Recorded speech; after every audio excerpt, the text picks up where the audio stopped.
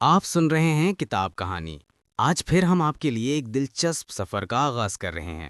ہماری یہ ویڈیو آپ کو ایسی جگہ کی معلومات فراہم کرے گی جو بہت حیرت انگیز اور انوکھی ہے۔ آج ہم ایک ایسے ملک کی کہانی میں جھانکیں گے جس کی تاریخ ہزاروں سال پرانی ہے۔ ایک ایسی قوم جس نے بڑی بڑی سلطنتوں کو اپنی آنکھوں کے سامنے بنتے اور بگڑتے دیکھا اور ہر طوفان کا ڈٹ کر مقابلہ کیا۔ جی ہاں، یہ آرمینیا کی بقا اور ثابت قدمی کی ایک حیران انگیز داستان ہے۔ چلیں ایک سوال سے شروع کرتے ہیں۔ کبھی سوچا ہے کہ تاریخ میں وہ کون سا پہلا ملک تھا جس نے باضابطہ طور پر عیسائیت کو اپنا ریاستی مذہب قرار دیا؟ بہت سے لوگوں کے ذہن میں شاید روم یا کوئی اور بڑی یورپی طاقت کا نام آئے گا، لیکن جواب آپ کو حیران کر سکتا ہے۔ جی ہاں، وہ ملک تھا آرمینیا، اور یہ ہوا تھا سن 301 عیسوی میں۔ یہ کوئی معمولی بات نہیں تھی، یہ ایک ایسا فیصلہ تھا جس نے نہ صرف آرمینیا بلکہ دنیا کی تاریخ کا رخ بدل دیا۔ یہ صرف ایک مذہبی تبدیلی نہیں تھی، بلکہ یہ وہ فیصلہ تھا جس نے آرمینیائی شناخت کی بنیاد رکھ دی، ایک ایسی شناخت جس نے انہیں اپنے سے کہیں بڑی پارسی اور رومی سلطنتوں کے درمیان اپنی الگ پہچان دی اور صدیوں کی جنگوں اور مشکلات کے باوجود انہیں جوڑے رکھا۔ تو سوال یہ ہے کہ یہ شناخت آخر اتنی مضبوط کیسے بنی؟ آئیے دیکھتے ہیں کہ آرمینیائی ثقافت کے وہ کون سے ستون ہیں جنہوں نے اسے اتنا پائیدار بنایا ہے۔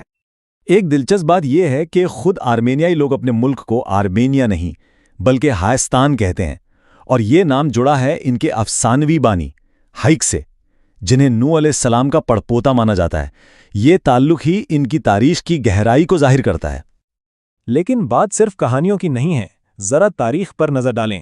860 قبل مسیح میں آرارتو ریاست کا قیام، پھر 331 قبل مسیح میں سلطنت آرمینیا کی بنیاد، اور پھر وہ تاریخی فیصلہ 301 عیسوی میں عیسائیت کو اپنانا، اور اس کے تقریباً 100 سال بعد 405 عیسوی میں میسروپ ماشٹوتس نے آرمینیائی زبان کے لیے ایک منفرد حروف تہجی بنائے۔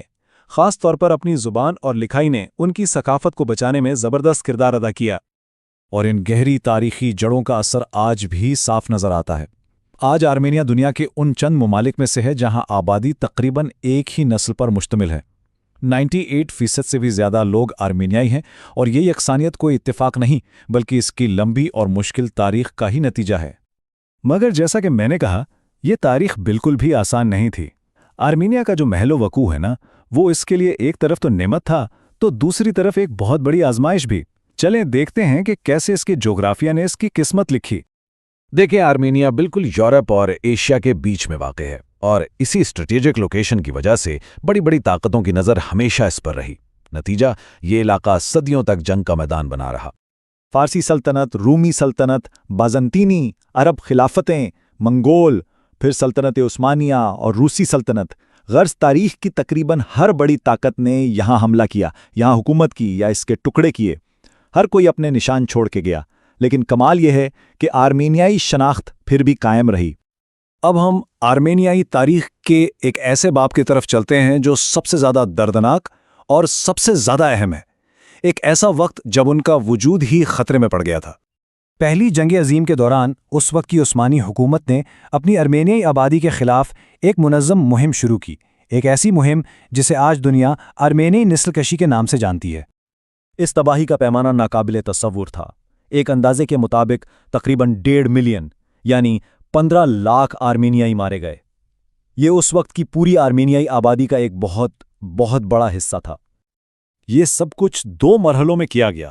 پہلے تو جتنے بھی صحت مند مرد تھے انہیں یا تو سیدھا قتل کر دیا گیا یا پھر جبری مشقت کے کیمپوں میں کام کروا کر مار دیا گیا۔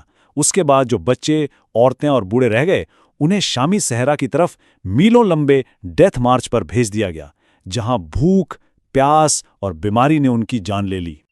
اس آنے کے بعد آرمینیا بن گیا سوویت یونین کا حصہ، اور سوویت دور کا تجربہ بڑا ملا جلا تھا۔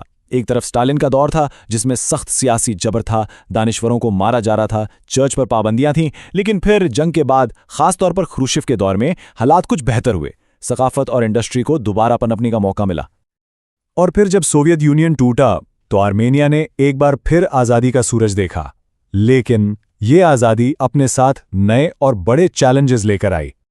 سن 1991 میں سوویت یونین کے خاتمے کے ساتھ ہی جدید جمہوریہ آرمینیا وجود میں آئی۔ یہ قوم کی تاریخ میں ایک بالکل نئے باب کا آغاز تھا، مگر یہ شروعات بہت ہی مشکل تھی۔ ملک کو فوراً ہی شدید معاشی بحران نے آ گھیرا۔ بجلی کی شدید قلت ہو گئی اور پڑوسی ملکوں آذربائیجان اور ترکی نے ناکہ بندی کر دی، اور ان سب سے بڑھ کر نگورنو کاراباخ کے علاقے پر ایک خوفناک جنگ شروع ہو گئی۔ 1994 میں جب جنگ بندی ہوئی تب تک اس جنگ کی بہت بھاری قیمت ادا کی جا چکی تھی۔ تقریباً 30,000 جانیں گئیں اور 10 لاکھ سے زیادہ لوگ بے گھر ہوئے۔ آرمینیائی فوجوں نے نگورنو کاراباخ اور آس پاس کے علاقوں پر کنٹرول تو حاصل کر لیا، لیکن یہ مسئلہ حل نہیں ہوا۔ یہ ایک ایسی چنگاری تھی جو دہائیوں تک سلگتی رہی۔ تو یہ سب ہمیں لے آتا ہے آج کے آرمینیا تک، ایک ایسی قوم جو اپنی کامیابیوں اور آج کے چیلنجز کے بیچ ایک دوراہے پر کھڑی ہے۔ دیکھیں، آج کا آرمینیا کئی حوالوں سے کافی آگے بڑھ چکا ہے۔ 2018 میں وہاں ایک پرامن مخملی انقلاب آیا جس نے جمہوریت کو کافی مضبوط کیا۔ ہیومن ڈیولپمنٹ انڈیکس میں اس کی رینکنگ بہت اعلیٰ ہے۔